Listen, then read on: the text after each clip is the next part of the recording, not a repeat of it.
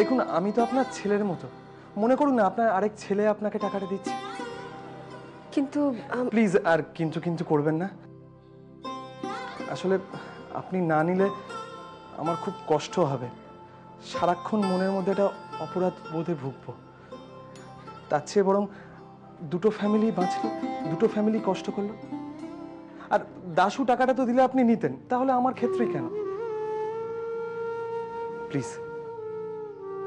ঠিক আছে, তুমি যখন এত করে বলছো, এটা আমি নিলাম, কিন্তু দেবী যদি এসে রাগারাগি করে।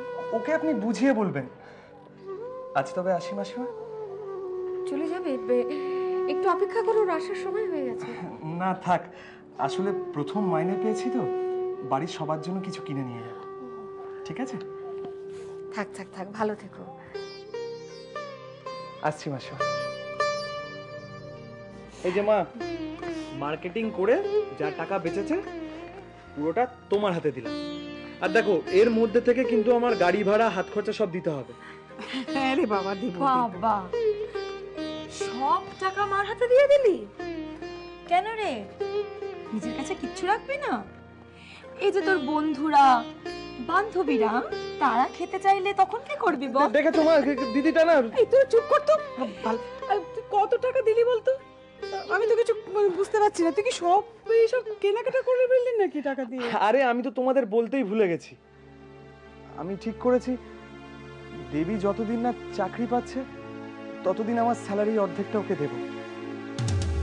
আসলে ও আমার জন্য এত বড় একটা স্যাক্রিফাইস করলো।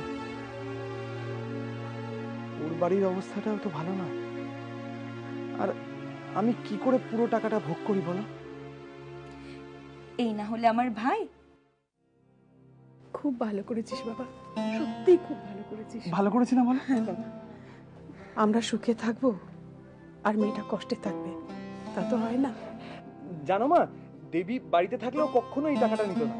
তাই ওর মা যখন ছিল তখন আমি ওর মায়ের হাতে টাকাটা দিয়েছি। ও তখন বাড়িতেই ছিল না।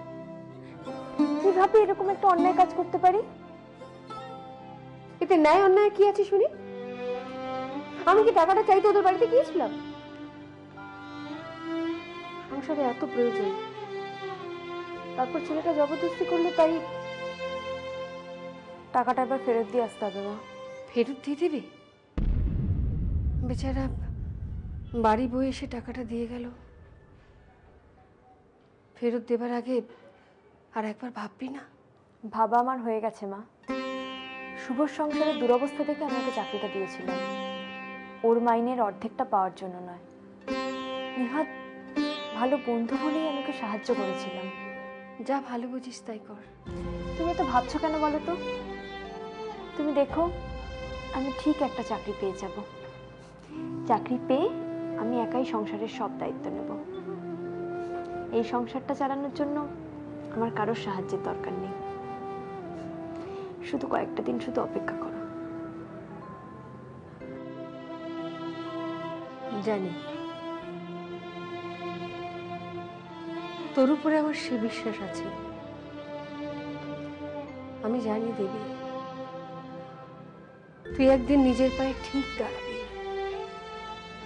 ঠিক দাঁড়াবি। দিদি আপনি? হ্যাঁ, তোমার বৌদি কোথায়? বৌদি তো এইমাত্র স্নানে গেল, ডেকে দেবো? না না না না না, এখন ডাকা দরকার নেই। আমি একটু বসি এখানে। হ্যাঁ হ্যাঁ, বসুন বসুন বসুন। চা খাবেন? না থাক, চা খাবো না। তুমি তোমার কাজ করো না, করো। আপনি বরং বসুন, আমি একটু দোকান থেকে ঘুরে আসি। কেউ ছিল না তো যেতে পারছিলাম না। ও হ্যাঁ, যাও যাও যাও। ঠিক আছে। এই দীপা কোথায় গো? দীপা ওর এক মাসির বাড়ি গেছে, আজই ফিরবে। আমি হ্যাঁ হ্যাঁ,